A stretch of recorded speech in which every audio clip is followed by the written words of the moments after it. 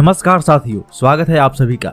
जी हाँ साथियों, मालदीव के बारे में आपने कई बार सुना है। आपको मालूम है कि किस प्रकार से मालदीव के अंदर वर्तमान में म्यूजू की सरकार भारत को बाहर निकाले यानी इंडिया आउट कैंपेन चलाकर सत्ता में आई है।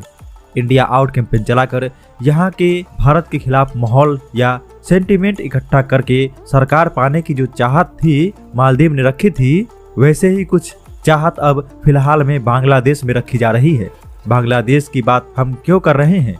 क्योंकि भारत के दोनों तरफ पड़ोस में, चाहे एक दक्षिण पश्चिम की तरफ मालदीव और दूसरी तरफ पूर्व की तरफ बांग्लादेश, दोनों ही क्षेत्र वो है जो कि कहीं न कहीं भारत के लिए बहुत ज्यादा सुरक्षा के लिहाज से मायने रखते हैं।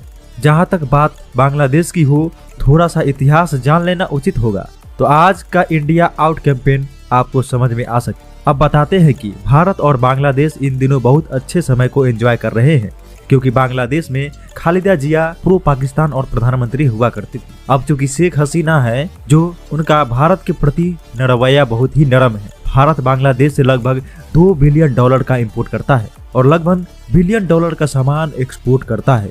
आपको बता दें कि बांग्लादेश में इंडियन माल बहुत ज्यादा जाता है, यानी कि इंडियन प्रोडक्ट्स ज्यादा है।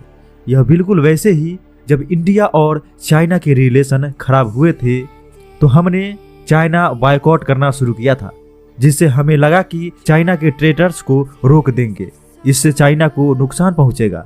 बिल्कुल उसी तर्ज पर अब बांग्लादेश हमारे साथ करना चाहता है कि इंडिया आउट कैंपेन चलाओ। इंडिया आउट कैंपेन का मतलब समझ गए। अब आप कि इंडिया को बाहर करो, यानी इंडिया प्रोडक्ट्स का बायकॉट करो। इंडिया प्रोडक्ट्स का बायकॉट होगा तो इंडिया नीचे आएगा। यह माना जा रहा है कि इंडिया ने ही शेख हसीना को सहायता की है, इंडिया ने ही शेख हसीना को चुनाव जीतने में मदद की है, यानी कि किसी भी प्रकार से शेख हसीना को उसके हर कृत्य को सही ठहराने का कार्य इंडिया ने ही किया है।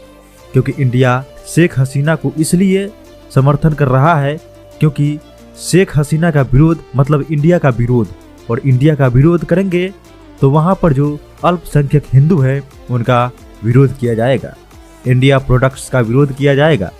और जब इनका विरोध होगा तो पब्लिक सेंटीमेंट में एंटी इंडिया इफेक्ट क्रिएट होने से खालिदा जिया को एक राजनीतिक एजेंडा मिलेगा। अब इन सब कामों को करा कौन रहा है?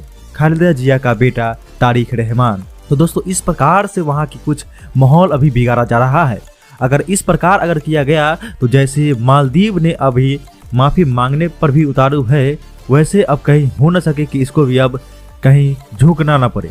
ये जो राजनीतिक मुद्दा को लेकर फिर यहाँ पर इंडियन का विरोध किया जा रहा है, जैसे मालदीव कर रहा है वैसे ही अब बांग्लादेश करने लगा है। तो आपको पता ही है कि मालदीव क्या भुगत रहा है इंडिया से टक्कर लेकर।